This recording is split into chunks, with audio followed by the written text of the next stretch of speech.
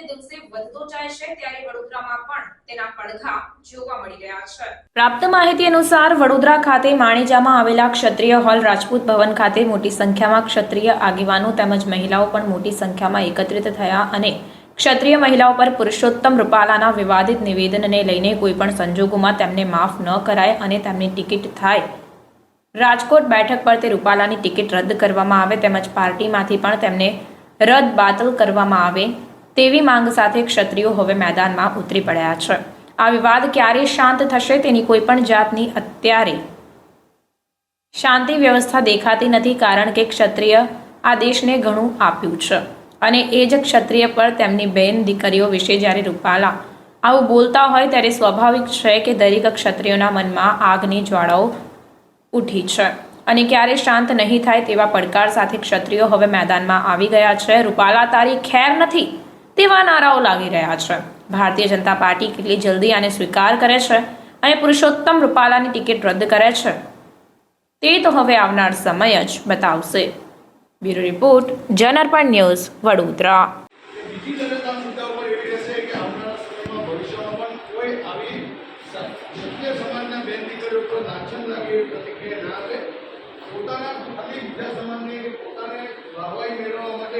આવી પ્રતિક્રિયા આપતા વ્યક્તિઓને આપણે એક ઉદાહરણ પૂરું પાડવું છે કે ગમે તેવો સત્તાધારી હોય, પોતાની સત્તામાં મતમત થતી હોય છતાં પણ એને ઉખાડી ફેરવાની પણ તાકાત આ રાજપૂત સમાજમાં પણ છે। આપણે સિસ્ટમેટિક વડીલો એનું માર્ગદર્શન લેશું અને હું એવું કહીશ આ લોકોને આપણે કઈ ભાષા સમજાવવાનો બાપુઓમાં ડેમેજ કંટ્રોલ હોય જ નહીં ભાઈ। એ ડેમેજ એટલે ડેમેજ જ। હવે આપણે બતાવવાનું છે એટલે દરેક ભાઈ પોતપોતાના ક્ષેત્રે તૈયારી રાખે, બરાબર છે। જો તમારા ને મારા અત્યારે હજારો લાખો જેલમાં બેઠા છે, આપણે બીજા 20, 25, 50, 200, 250 જતા રહીએ ફરક પડતો નથી। ત્યાં જેલમાં ત્યાં બેવા આ નીતિ નિયમ સાથે આપણા ક્ષત્રિય સિદ્ધાંતોને વળગી રહેજો એ જ મારી વિનંતી। જય માતા।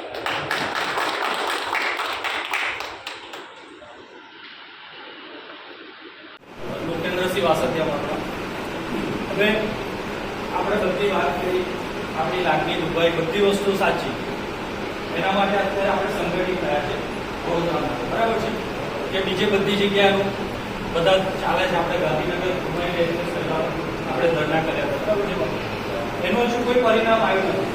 એક અમારી ટીમે એટલે એક સજેશન નક્કી કર્યું છે, એક તો કે આવતીકાલે આપણે 11 વાગે કલેક્ટરને આવેદનપત્ર આપીએ। હવે કલેક્ટરને આવેદનપત્ર કેમ આપવું સમજો તો ઇલેક્શનનો સમય છે અત્યારે, અને ઇલેક્શનના સમયમાં કોઈ વ્યક્તિ જો અભદ્ર ભાષા વાપરતો હોય તો એના સંદર્ભમાં આપણે એને આવેદન આપી શકીએ। બીજી વસ્તુ બાપુએ કીધી કે આપણે પોલીસ ફરિયાદ આપી શકીએ જે વર્ષો તો આવતા દિવસોમાં 26 બેઠકોમાં ક્ષત્રિય સમાજ ભારતીય જનતા પાર્ટીનો વિરોધ કરશે।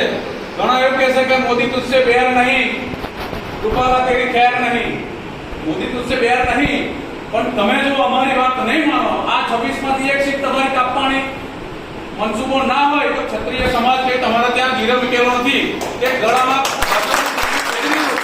તમારો ગુલામ છે કલમ પુત્રને આપણે પટ્ટો પહેરાવીને તમારી પાછળ ફરે એ ક્ષત્રિય સમાજ નહીં। એમાં હશે અપવાદ જે ફરતા હશે, જેને કેશ્યુ પહેરી ગળામાં એવું લાગતું છે કે હું ભાજપનો છું પહેલેથી જન્મ્યો ત્યારથી, તો એ જાય એને અમારો કોઈ વાંધો નથી।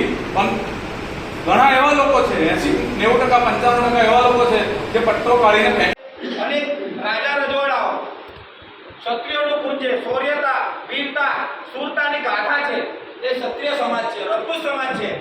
એવી જ રીતે પુરુષોત્તમભાઈ રૂપાલાનો સખ્ત વિરોધ કરે છે। વડોદરાથી હિન્દુત્વવાદી સંગઠન અખિલ ભારત હિન્દુ મહાસભા સખ્ત શબ્દોમાં એમની ઘોર નિંદા કરે છે અને એમની ટિકિટ કપાવી જોઈએ, કારણ કે જો ટિકિટ નહીં કપાય તો આવનારા સમયમાં ચૂંટણી પહેલા એક ભયંકર હિન્દુ સમાજ વચ્ચે એક ધીંગાનું થશે અને શ્વેત જિમ્મેદારી સરકારની રહેશે। સરકારને નિવેદન કરે છે અખિલ ભારત હિન્દુ મહાસભા, અને આજે આ સભામાં અન્ય સંગઠનો પણ છે જે હિન્દુત્વવાદીનું કાર્ય કરે છે, અન્ય સમાજના લોકો પણ છે। એટલે સૌએ સાથે મળીને એક નિર્ણય લેવો પડશે કે એમની ટિકિટ કપાવી જોઈએ. કપાવવાનું કારણ એટલું છે કે વિરોધ એટલો છે કે એમની બહેન અને દીકરીના સ્વાભિમાનની વાત છે, રાજપૂત સમાજની વાત છે, એટલે હિન્દુત્વવાદી સંગઠન અને અખિલ ભારત હિન્દુ મહાસભાની સાથે છે અને સ્વર્ણ સમાજને એટલે આપણી વાત નહીં માને તો મહારાણા પ્રતાપ, છત્રપતિ શિવાજી અને આપણા જેવી રાજપૂતો જે રીતે એ ડિસિઝન લેતા હતા એ ડિસિઝન લેવા માટે તૈયાર છે. શું તમે તૈયાર છો? અવાજ નથી આવતી. શું તમે તૈયાર છો? ડંકાના ચોટ પણ તૈયાર છો? લડવાનું થશે તો લડશો? આ શબ્દ હંમેશા યાદ રાખજો. બસ બરાબર. આપણે જો આ અમારા ભાઈ કીધું કે ઓછા છે, સમુદ્ર બહુ વિશાળ હોય છે પણ એમાં મોતી બહુ ઓછા હોય છે. સમુદ્ર બહુ વિશાળ હોય છે પણ એમાં મોતી બહુ ઓછા હોય છે.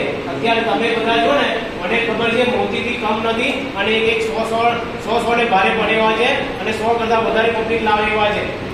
પણ આપણે આવતાના દિવસોમાં બતાવવાનું છે કે કંઈ બતાવવાનું કરીને બતાવીશું, ભૂલીને નહીં. મને બોલતા નહીં આવડતું, કેટલી વાર અટકી જાઉં અને કોઈ વક્તા નથી મેં, પણ જ્યારે કોઈ ક્ષત્રિય સમાજ પર કે હિન્દુત્વ પર જ્યારે કોઈ આંગળી કરે ને તો અહીંયા લાગે, અહીંયા અને અહીંયા લાગે ને ત્યારે હાથ કાપવાનું મન થાય. એટલા માટે હવે જે બી કરવાનું છે ડંકાના ચોટ પર કરીશું, જેમ વડીલો અને બધા નક્કી કરીશું. દહન થઈ રહ્યું છે. દરેક જગ્યાએ પ્રતિકારાત્મક રીતે આપણે પ્રોગ્રામ આપી રહ્યા છે.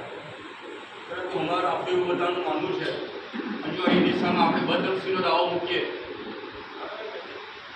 કારણ કે એમાં બે પાસા બન્યા છે. એક તો આપણી મા બેન દીકરીઓનું અપમાન પણ કર્યું છે અને એક બીજી રીતે બદ ઇરાદાથી બીજા સમાજમાં જઈને આપણા સમાજનું નીચું દેખાડી સામેના સમાજને ઉશ્કેરવો, વર્ગ વિગ્રહ પેદા કરવાનું પણ એક કાવતરું છે. પુરુષોત્તમ રૂપાલા જ્યારે એક શિક્ષિત માણસ થઈ, આટલો અનુભવી દિગ્ગજ માણસ જ્યારે બીજા સમાજમાં આપણા સમાજથી નીચું બતાવવાની કોશિશ કરે, એનો ઈરાદો બહુ ખતરનાક હોઈ શકે છે. એ જેમ તેમ વસ્તુ નથી અને આવું આટલા વર્ષોથી ચાલતું આવ્યું છે.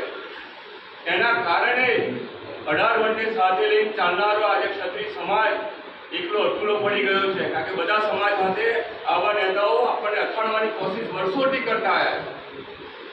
એટલે એ વર્ગ વિગ્રહ અને આપણી મા બેન દીકરીનું અપમાન, આ બે બાબત લઈને જો આપણે બદનક્ષીનો દાવો મૂકીએ તો માની લઈએ કે એને 2 વર્ષથી ઉપરની સજા થઈ શકે એમ, જે એક લાંબા ગાળાનું સચોટ નિદાન આવે. બાકી અત્યારે મહિનો બે પણ આજે મને બહુ દુઃખ થાય છે કે કોઈ પણ વ્યક્તિ જ્યારે હોય ને ત્યારે આપણા સમાજને બોલી જાય અને હવે તો દીકરીઓ પર આવી જાય તો આપણી શું આવ્યું?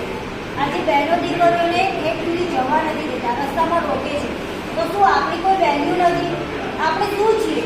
આપણે ઇતિહાસ આપણો રચેલો છે, પણ અત્યારની સિચ્યુએશનમાં જોવા જઈએ ને તો મારે એક જ વસ્તુ કહેવી છે કે આપણી કોઈ ગણતરી જ નથી કરતી, કશામાં નથી લેતી. તો આપણે એક લડાઈ એવી લડીએ કે ઇતિહાસ રચીએ અને જે સુધી એનું રિઝલ્ટ ના આવે ને ત્યાં સુધી જપીએ, શાંત ના બેસીએ. કારણ કે હમણાં જ આપણે થોડાક ટાઈમ પહેલાં સુખદેવસિંહનું સાંભળ્યું, ત્યારે આપણે બધા ભેગા થયા, પણ પછી આગળ એનું શું થયું? આપણા સમાજના જ દીકરાઓનું આવી રીતે થાય છે. અત્યારે આપણે આપણે ચર્ચા નથી કરવાની, પણ આ દીકરીઓ માટે થયું. આજે દીકરીઓ સુધી આપણે વાત પહોંચી ગઈ અને આપણા સમાજના દીકરીઓ કેટલા બધા બોલે છે, બધું એમનું પોઈન્ટ બંધ કરી દેવામાં આવે છે. અને મારું તો એક જ વસ્તુ કહેવું છે કે દરેકની ફરજ છે આ વસ્તુ રોકવાની. અને તમે એવું વર્ચસ્વ કરો કે કોઈ પણ આજે આપણા છોકરાને એક જન્મેલું બાળક હોય ને એને આંગળી ના કરે. હું દર્શિત પંચાલ મારું નામ, પણ ક્ષત્રિય સમાજનો હું એક શુભેચ્છક છું અને છેકથી પદ્માવતના સમયથી અને ક્ષત્રિય સમાજની સાથે ખભેથી ખભો મિલાવીને હું સાથે ઊભો રહ્યો છું, લડત લડી છે અને આજે પણ હું ક્ષત્રિયની સાથે છું. આવતીકાલે પણ હું ક્ષત્રિયની સાથે હોઈશ. જ્યારે જ્યારે ધર્મની સ્થાપના કરવી હોય છે, જ્યારે જ્યારે ધર્મ પર અધર્મનો પ્રભાવ વધતો જાય છે, ત્યારે ત્યારે ભગવાને પણ ક્ષત્રિય કુળમાં અવતાર લીધો છે અને ત્યારે એમણે પણ શસ્ત્ર ઉઠાવીને ક્ષત્રિય બનીને અને એમણે અધર્મીઓનો નાશ કરી અને ધર્મની સ્થાપના કરી છે. ગીતાના માધ્યમથી પણ છે ને એમણે અર્જુનને જગાડ્યા હતા. જ્યારે જ્યારે આ પૃથ્વી પર પાપ વધ્યું છે ને ત્યારે ભગવાન પોતે ક્ષત્રિય રૂપમાં અવતારે છે કે ક્ષત્રિયને પ્રેરણા આપે છે. આજે પણ એક થવા જઈ રહ્યું છે. જ્યારે રાજસ્થાનની અંદર જયમલ મેળતિયા, જેમના પાસેથી મહારાણા પ્રતાપ શસ્ત્ર વિદ્યા શીખ્યા હતા, એ જયમલ મેળતિયા 8,000 રાજપૂતોની સામે 48,000 મુગલો સામે લડ્યા હતા. 40,000 મુગલોને પતાઈ નાખ્યા હતા, આ બાજુ 8,000 પતી ગયા હતા. વિચારો 10-12,000 હોત તો શું થાત? તમારી સંખ્યા ઓછી છે એવું ના સમજતા. આજે સર્વ હિન્દુ સમાજ તમારી સાથે છે. સંખ્યાથી ઇતિહાસ નથી રચાતો, હિંમતથી ઇતિહાસ રચાય છે. ઓછા છે અને લડશે. આજે ક્ષત્રિયોમાંથી જ મોટો દીકરો શીખ બન્યો હતો. 21 શીખો સામે 10,000 પઠાણો. સારા ઘડીની લડાઈ જોઈ લો. દરેક જગ્યાએ તમારો ક્ષત્રિયનો એક દીકરો બી સામે 100ની બરાબર હશે. અને જો તમે 100 ઊભા થયા અને સર્વ સમાજ તમારી સાથે આવી ગયું તો પરિણામ તમે લોકો જ જોઈ લેજો. હું તો ક્ષત્રિય સમાજમાં નથી, છતાં પણ મારું સમર્થન તમને રહેશે ને અમારા જેવા કેટલાય મિત્રો હશે કે તમારી માટે સમર્થન બી આપશે, ત્યાગ બી આપશે અને બલિદાન આપવા બી તૈયાર છે. 100% જઈશું અને એ રીતે બી જઈશું. કાલે ઇતિહાસ બને એ રીતે જઈશું. ખબર પડશે કે ક્ષત્રિય સમાજ એ હિન્દુ ભાઈઓ કઈ રીતે છે.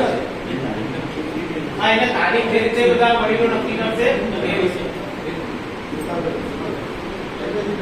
આવતીકાલે કરણી સેના, મહાકાલ સેના, ગુજરાત ક્ષત્રિય સભા, સૌરાષ્ટ્ર અને આપણા જે સંગઠનો છે એ બધા શહેર અને જિલ્લાના પ્રમુખને આપી દઈએ અને મંગળવારે 2 તારીખે 11 વાગે કલેક્ટરશ્રીને આપીએ.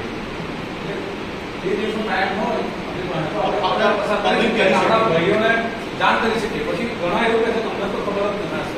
એ ખબર નથી એ વાત ના આવે. આપણે ગામે કામ કરીએ વોર્ડમાં સોસાયટી વાઇઝ આપણા યુવાન દીકરાઓ છે થોડો પ્રચાર પ્રસાર કરી લે એટલે 2 તારીખે આપણે ઓપી રોડ બ્લોક કરી દઈએ.